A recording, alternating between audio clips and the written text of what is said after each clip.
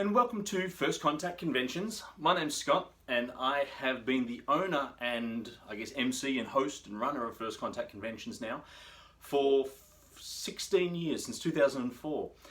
What I thought I'd let you know, I guess, a little bit about the history of First Contact.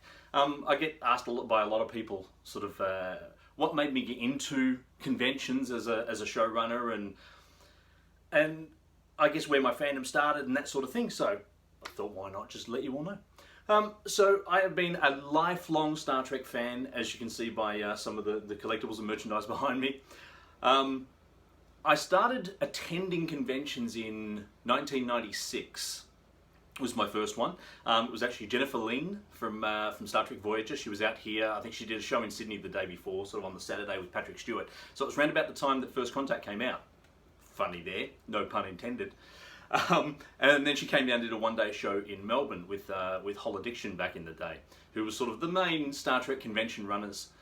And I had a great time. Started going to a few. Sort of every time there was a show in Melbourne, I'd go. I went to a multiverse event with Amanda Tapping, with Nicole DeBoer, both people who I've hosted myself now. And then around about 2002, 2003, events stopped happening in Melbourne. And I thought, okay, what do we do? Okay, so I started, like anyone, like every other fan there, I started travelling interstate. So I remember the first one I went to interstate was actually a one-day show with Tim Russ in Sydney. Had a great time there. Then I started travelling to Canberra and Sydney for Best of Both World events, which was sort of another event organiser back in the day now. And the first one I went to with them was a Farscape event, actually.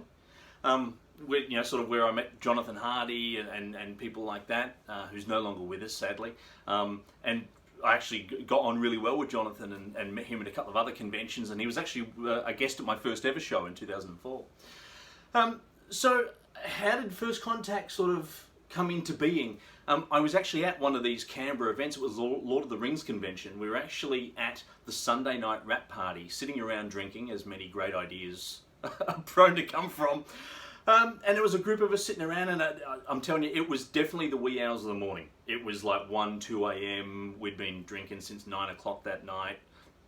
We were well into it, having a great time, as a lot of us tend to do. And the idea I started talking to that organiser and said, are you thought about running shows in Melbourne? Because no one's doing, there hadn't been a show in Melbourne for 2 years at that point.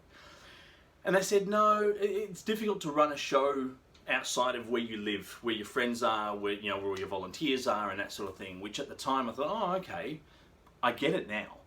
But at the time I thought, oh, what if I did it? And they went, yeah, sure, why not? You can do it. So they helped me out with initial actor contacts and agents and things like that, and essentially, then that night, talking to my friends as we're all drinking, they were all like, yeah, Scotty, you should do it. We'd go. And the idea, I guess, was born that night. Then we, registered the company name, come up with what do we want to do a convention for? Because, there was Lord of the Rings conventions, there was Babylon 5 cons, there were Stargate ones, Farscape ones. But, Star Trek is my thing. So I decided to do a Star Trek convention. So our first guest was Sir Rock Lofton, Penny Johnson-Gerald, who you now see in the Orville as the Doctor on there, and Jonathan Hardy. And that was purely just the fanboy in me going, you know what, my first show, I really love Jonathan, I've got to have him. So, and it was funny actually how I got him. I was actually in direct contact with him, and he was in Melbourne doing a play, and he actually invited me out to the play, and we caught up for dinner first.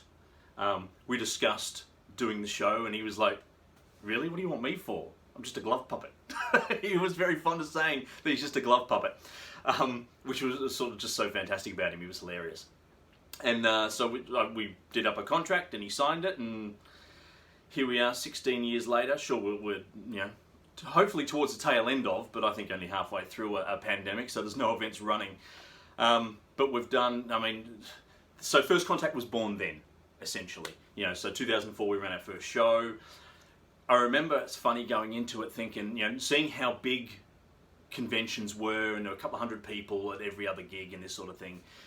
And I thought, you know what, no, there'll be no problem. We'll get 100 people at least. 100 people easy. We had 65 at our first ever event.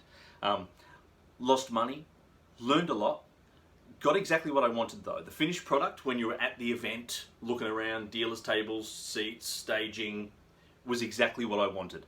It was what I'd seen at other events. So, you know, but the old adage of you get what you pay for. But yeah, it wasn't you know, we weren't talking losing hundreds of thousands of dollars sort of stuff. We were running an expo. That's a whole nother video. But you know, we went, okay, we'll do another one. The second one I did was with Mark Alamo, who was Gold Cut in Deep Space Nine, and Michael Demerit, who was a first assistant director on Enterprise and a second AD on Voyager, and he was fantastic. I mean, I'm still friends on Facebook with him. Really, just a fantastic guy. And I remember when we had him, it was season 4 of Enterprise. He got on the plane, and in the time of him flying from LA to Melbourne, the word had come out that Enterprise was not being renewed for a 5th season.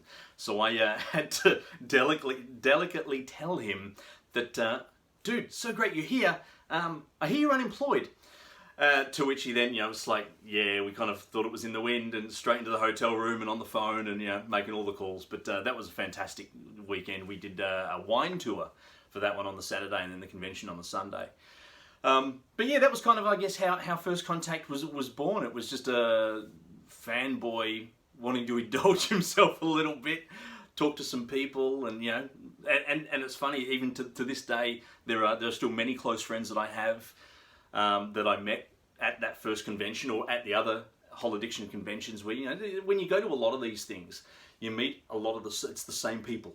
You know, there's that fan base that really does come together. So, you know, the amount of people, which surprised me actually, I remember at my first show, when, you know, taking down the bookings and everything, the amount of people that go to conventions on their own, which I thought, you know, because I always went with a friend or with my, you know, partner at the time, and I always thought everybody went in pairs or, you know, as groups. But no, there's a lot of people that go on their own. But it doesn't mean they're on their own at the event, because they've met so many people throughout the years doing these, that when you get together, everyone in the room knows each other, which is sort of, you know, puts together that sense of family that we like, and familiarity, and intimacy that you know, some of the larger shows sort of don't have as much. But you know, that's not to say that they don't have their place. I mean, I ran them for many years. I still work on them now and have a great time doing it. You know, and everybody, the guests almost become secondary when you've been doing it a long time, because it's more about just getting together with your mates and having a great time out. So hopefully that answers some of your questions on how it all began, and where we are at the moment is sort of, I guess, is a pandemic and we can't put any shows together or whatever. We are looking at possibly doing some online stuff with some guests. But, you know, technical issues and things, so I'm still working through some of those. But we'll get there, and hopefully we'll all get together and see each other in person real soon. Until next time.